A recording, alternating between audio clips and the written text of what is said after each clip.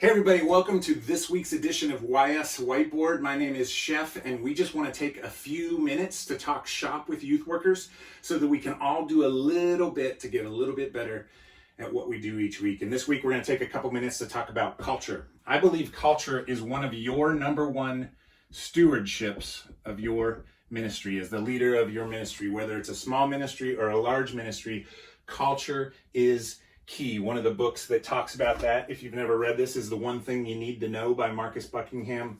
Really good book, been out for a while, but check it out. I believe that we're constantly adjusting our culture, and there are 1,000 little things we can adjust, but there are 4 main things that we need to be paying attention to all the time as a leader. The first one is the biggest one, and that is the personal gauge or the personal dial. And we need to be taking care of ourselves because healthy leaders have healthy cultures and unhealthy leaders have unhealthy cultures. It will always be true.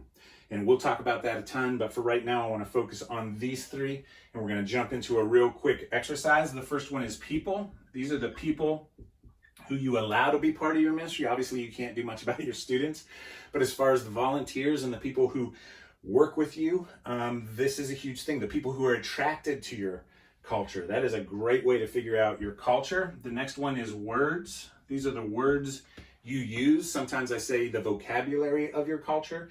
How you say them, when you say them, how often you say them is a way to turn that dial. And the last one is one of my favorites to talk about, and we'll talk about that another time, but it's traditions, the things we do, how often we do them, why we do them, and how we do them. Those are the ways that we can adjust this very important stewardship of culture. And this week, I just wanted to jump in and talk about a big idea that works on these. For me, if I were in church mode right now, I would be in full recruiting mode because we recruited our volunteers right about now so they could start in the summer to stay with our kids and then go off to camp at the next school year. And we would practice this every year. And it was a concept called inspire over require. We have to require our volunteers to do a lot of stuff, but when you have the choice, if you can, it's much better to inspire them than to require them to do things. And we would do a quick exercise that I would call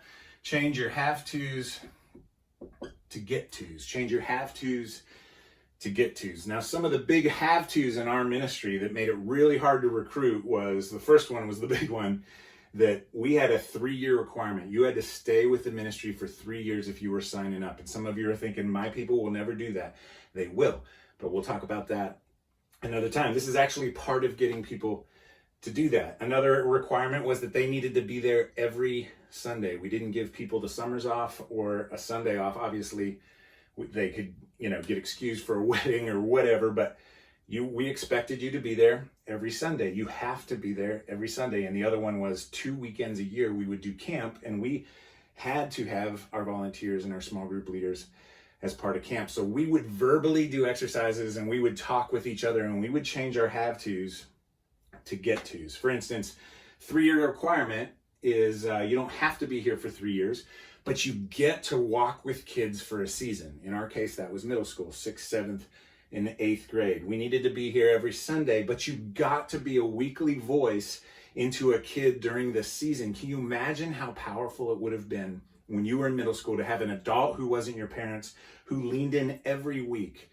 to try to see what's going on in your life and to guide you? You get to be that for a kid or a group of kids. It's really an important job. And you also, twice a year, you get to come with us to our camps that we do on weekends, and our volunteers will tell us over and over again, these are their favorite weekends. In fact, you don't help us put camp on, you get to come to camp with your students, and it's a powerful thing. So those are just some examples of how we would change our have-tos to get-tos. Go ahead and write down some have-tos and work on it on your own. I hope this helps. I want you guys to know that we're thinking about you and we're praying about you, and we will see you very soon.